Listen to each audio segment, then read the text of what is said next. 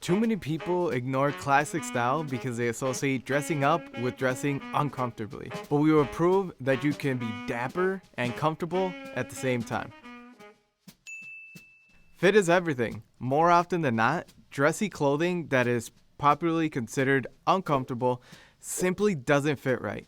Even a t-shirt and jeans won't be comfortable if it's too tight. Though, unlike something like a t-shirt, dress clothing has much more measurements and dimensions that impact how it fits, and thus has more variables in how comfortable it'll feel when wearing it. Often, these other considerations aren't something that someone who isn't as interested in clothing invests or pays attention to. If someone is only concerned with how a t-shirt fits him, he's just thinking in the dimensions of small, medium, or large, and may not fully understand the differences between cut, size, and fit, which we cover in this dedicated video. But to summarize, the cut of a garment refers to the overall shape or silhouette that it provides when being worn. The size of a garment corresponds relatively to the proportions of the body. The fit of a garment is a cumulative result of the relationship between the cut and size of a garment and your own body proportion. All of these three factors need to work together for your clothes to be dapper and comfortable. Ignoring the interplay between these factors can cause clothing to be worn in extremes. Usually, with a very baggy, loose fit being falsely associated with comfort and a skin-tight, excessively trim fit erroneously believed to be universally flattering, leading to, respectively, the potato sack or the baloney fit. In reality, achieving a look that is elegant and comfortable requires more nuance and will vary from person to person. But in most cases, if you don't like feeling constricted while wearing tailoring and want to maximize how comfortable it feels, opt for drape cuts. There's very distinctive differences between baggy and intentional drape fits in menswear. And despite slim and skinny fits being more en vogue option over the past couple of decades, looser fits are on the rise and comfort plays a big part in it. Part of the reason the majority of men were able to wear suits on the near daily basis without any issues during the golden age of menswear is because the suiting was designed to be roomy and flexible, with features like pleats that are designed for comfort and ease of motion while moving around. Just don't try to go to the gym in them, alright? But with an intentional, elegant drape that allowed for that free movement without compromising on style. Does this mean your clothes have to be cut like a zoot suit? Definitely not. One of the benefits of classic style is that it works for everyone. So while Raphael might prefer looser, drapier cuts, I prefer things to be a bit more slim and trim. But we both stay within the realms of classic lines. Some cuts and tailoring styles work better on some body types over others. You just need to learn about what types of cuts work best with your frame and when it's appropriate to wear certain items, leading to our next point. The reason is the season. Too often the assumption is that classic clothes have to be hot and unpleasant to wear while out and about, especially in tropical or warmer climates. But the truth is, it's very possible to still dress sharply no matter where you live and not overheat. You just can't wear a tweed three-piece suit in the middle of an Italian summer, let's be real. Suiting made from seasonal fabrics that are specifically designed to help dispel heat will make a massive difference. Classic style doesn't have to be a charcoal wool suit with a waistcoat that's worn in every season. Linen or seersucker suits or a tan sport coat with linen slacks are just as classic and a far superior choice to wear in these sorts of climates anyways. Trust us, we wouldn't want to wear them either otherwise. Preston will teach you more about how to beat the heat in style right here. But what we want to emphasize now, classic style has been worn in every climate on the globe. From the high humidity summers of Tokyo to the sweltering dry heat of Mexico City. And even without the luxury of air conditioning, people managed to dress up and look great. It just took a little more thought and effort to determine fabrics, cuts, and garment types that suited the season. Every wardrobe will have different needs depending on your tastes and where you live. So invest in what makes sense for your part of the world. But don't feel like you have to default to short sleeves and shorts just to feel and look cool. It's no secret that clothing made from natural fibers tend to be more expensive, but it's also no surprise that it's also far more comfortable to wear them over synthetics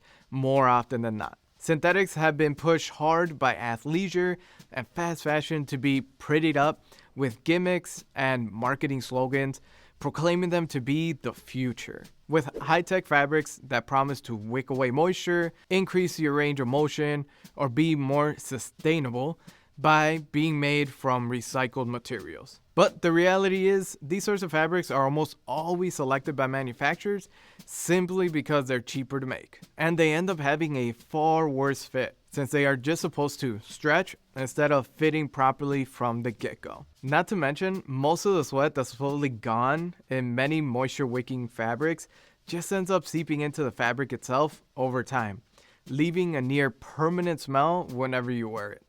Gross.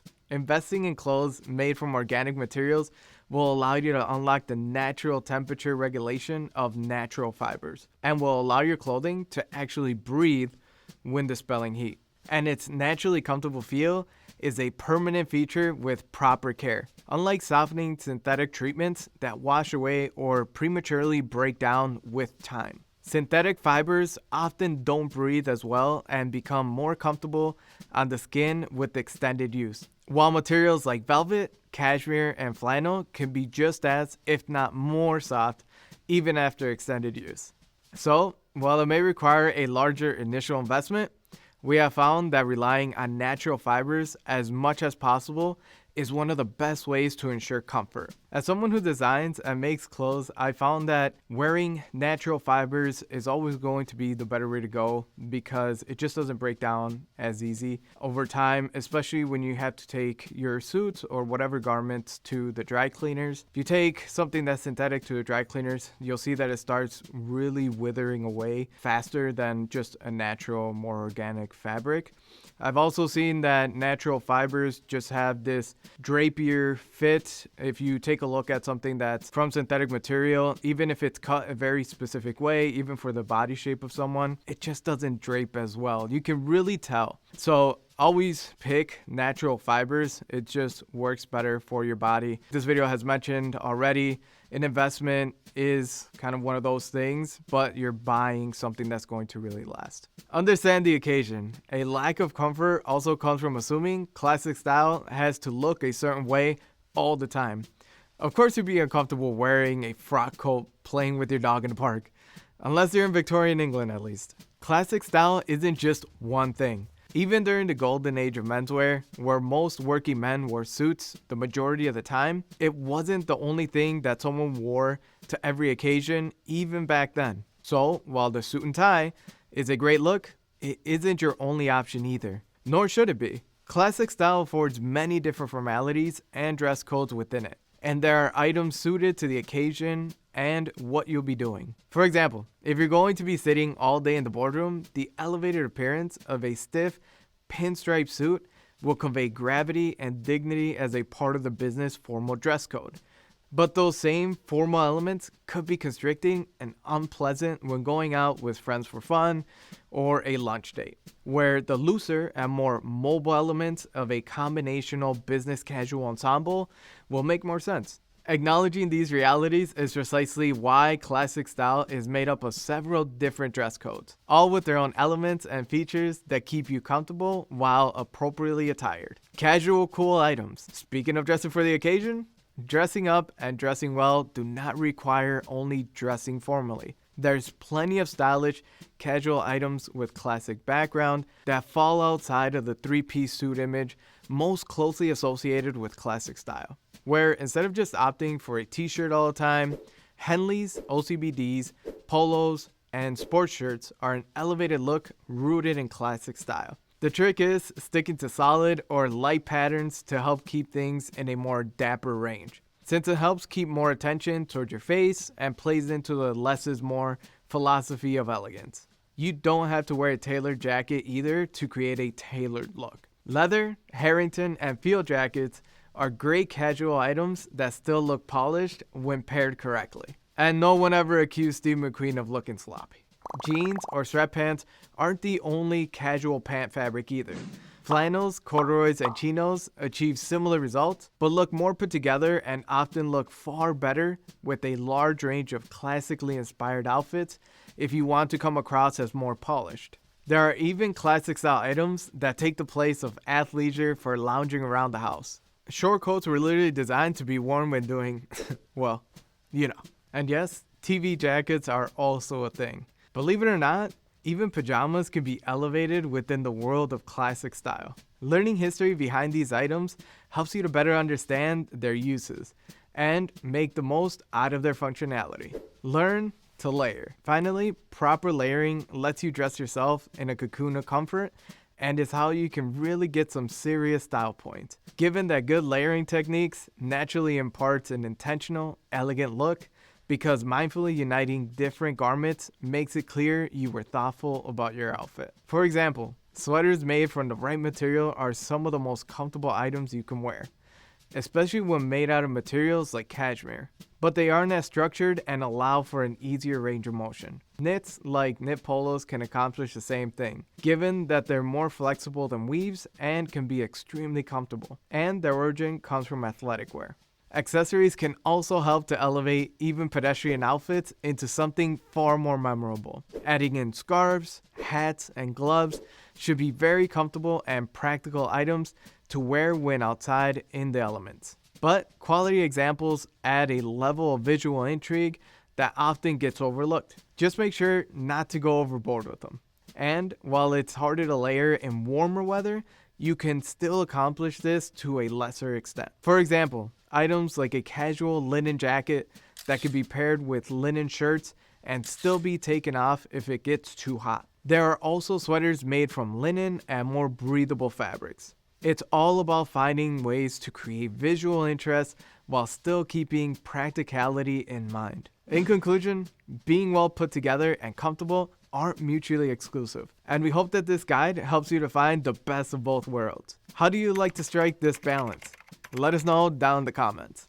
For my outfit today, I am doing some layering, so I am wearing a charcoal flannel suit. Underneath the jacket, I am wearing a camel v-neck sweater, going into the play of layers, and underneath that I am wearing an OCBD shirt. As you can see, it is in white. I thought that this would balance out, giving a little bit more of color to the outfit. For my shoes, I'm wearing a pair of wingtip boots. These are in a tan color, have a little bit of gray to it as well. I absolutely love these. I wear them a lot. For my fragrance, I'm wearing Oxford from the Roberto Ugolini collection. For these fragrances, as well as others and menswear accessories, make sure to check the Fort Belvedere shop.